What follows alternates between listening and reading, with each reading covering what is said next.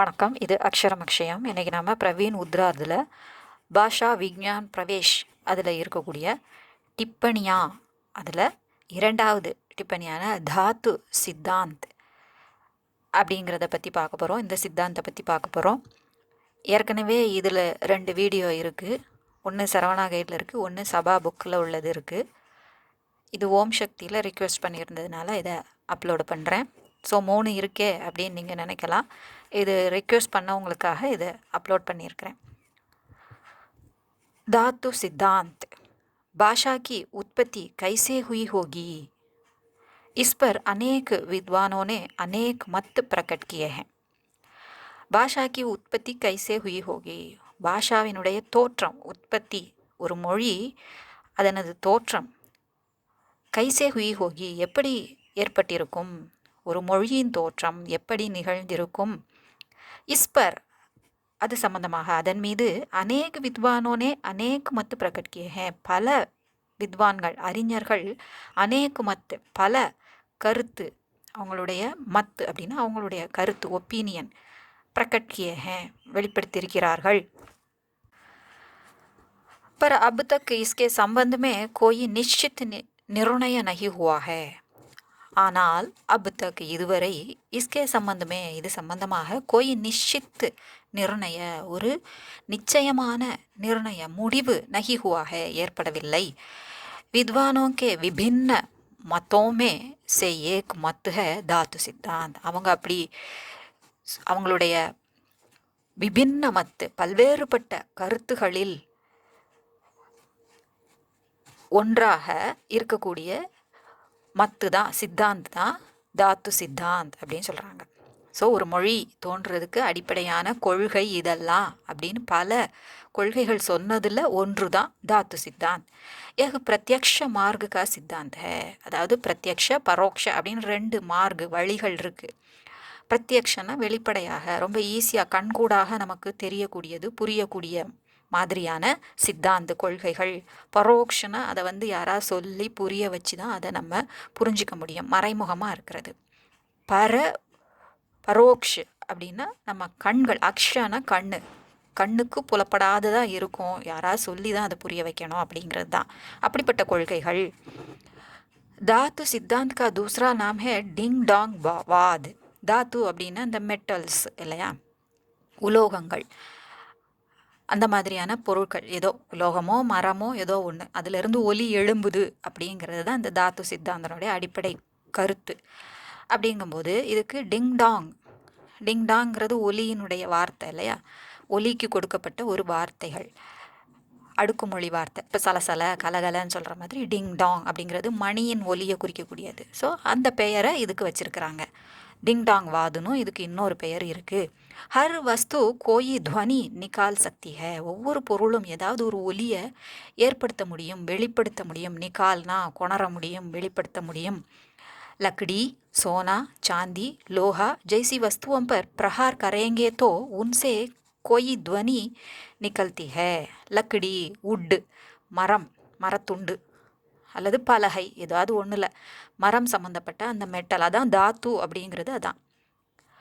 சோனா தங்கம், சாந்தி வெள்ளி, லோகா இரும்பு, இப்படிப்பட்ட உலோகங்கள் ஒவ்வொன்றும், தாதுக்கள் அப்படின்னு நம்ம தமிழ்லையும் சொல்லுவோம், அந்த வார்த்தையை உபயோகப்படுத்துவோம். தாதுக்கள் ஒவ்வொன்றின் மீதும் பிரகார் கரையங்கேத்தோ, அதில் தாக்குதல் அல்லது அதை அடித்தோம் அப்படின்னா அதில் இருந்து ஏதாவது ஒலி வெளிப்படுகிறது. துவனி அப்படின்னா ஒலி, நிகழ்த்தி ஹே வெளிப்படுகிறது. உஸ் துவனி கே ஆதார் பர் உஸ் வஸ்து கா நாம் ரக்கா கயா ஹே, அந்த ஒலியின் அடிப்படையில், ஆதார் பர் அதன் அடிப்படையில், உஸ் வஸ்து கா எந்த பொருளை நம்ம எந்த வஸ்துவை நம்ம அடிக்கும்போது ஒலி வருதோ அந்த ஒலி எப்படி இருக்கோ அந்த ஒலியை இப்போ டிங்டாங்னு பார்த்தோம் இல்லையா, அதை மாதிரி ஒரு ஒலிக்கு ஒரு வார்த்தையை கொடுத்து ஒரு பெயரை கொடுத்து அதையே அந்த பொருளின் பெயராக சொல்லிடுறாங்க அப்படின்னு இதில் சொல்லியிருக்காங்க.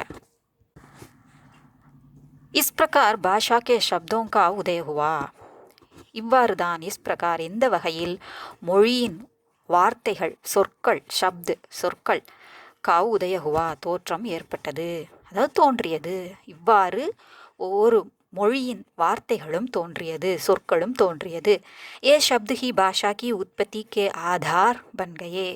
இந்த வார்த்தைகள் தான் கொஞ்சம் கொஞ்சமாக எப்படி உருவாக்குன வார்த்தைகள், சொற்கள் தான் மொழிக்கு அடிப்படையாக ஆகின அப்படின்னு சொல்லியிருக்காங்க. இஸ் சித்தாந்த் को भी भाषा वैज्ञानिक स्वीकार नहीं करते हैं. இந்த சித்தாந்த், இந்த கொள்கையை கூட பாஷா வைஞானிக், மொழி அறிவியல் வல்லுநர்கள் ஸ்வீகார் நஹி கர்த்தே ஹேன், ஏற்றுக்கொள்ளவில்லை. क्योंकि भाषा केवल धातु शब्दों से नहीं बनती है. சும்மா ஏற்படக்கூடிய அந்த ஒலியினால் மட்டும் வார்த்தைகள், அதாவது ஒரு மொழி உருவாவதில்லை. धातु सिद्धांत के समर्थक मानते हैं कि प्राचीन काल में मनुष्य में एक विशेष शक्ति थी. அந்த தாத்து சித்தாந்தனுடைய சமர்த்தக் ஆதரவாளர்கள் என்ன நினைச்சாங்க அப்படின்னா, பிராச்சீன் கால்மே பழங்காலத்தில் மனுஷ்யமே மனிதர்களில் ஏக் விசேஷ சக்தி थी, ஒரு சிறப்பான சக்தி இருந்தது. वह जिस वस्तु के संपर्क में आता था उस चीज के लिए उसके मुख से एक ध्वनि निकल आती थी. அவன் அதாவது அந்த பிராச்சீன் கால் பழங்கால மனிதன் எந்த பொருளுக்கு பக்கத்தில் தொடர்பு வைக்கிறானோ, சம்பர்க்கமே ஆத்தா அதன் அருகில் வருகிறானோ, உஸ் சீஸ் கேலியே அந்த பொருளுக்காக, ஏதாவது ஒரு பொருளை பார்க்க நேரிட்டது அப்படின்னா அவனுடைய வாயிலிருந்து முக்ஸே ஏக் துவனி நிகலாத்தித்தி, அதுக்காக ஒரு ஒலி வெளிப்பட்டது. அதாவது ஏதாவது ஒரு ஒலியை ஏற்படுத்தி அதுக்கு பெயர் வச்சான். உஸ் துவனிக்கே ஆதார் பர் உஸ் வஸ்துக்கா நாம் ரக்கா கயாத்தா, அந்த ஒலியின் அடிப்படையில் அந்த பொருளுக்கு பெயர் வைக்கப்பட்டது, இடப்பட்டது. इस प्रकार के संज्ञा शब्दों के आधार पर भाषा की उत्पत्ति हुई. இவ்வாறு சஞ்ஞா சப்த, சஞ்ஞான பெயர் சொல் வார்த்தைகளால், சொற்களால், அதன் அடிப்படையில் பாஷாக்கி உற்பத்தி ஹுயி மொழியின் தோற்றம் ஏற்பட்டது. ஸோ இந்த மாதிரி பெயர் சொற்கள் ஒவ்வொரு பொருளுக்கும் வச்ச பெயரை வச்சு மொழி ஏற்பட்டதுன்னு சொல்கிறாங்க. இதை நம்ம கேட்கும்போதே நமக்கே தோணுது அது சாத்தியம் இல்லை, வெறும் பெயர் சொற்களாகவே மட்டும் இருக்க முடியாது. பர் யஹ் கதன் நிராதார் ஹே, ஸோ இதுக்கு ஆதாரமே இல்லை.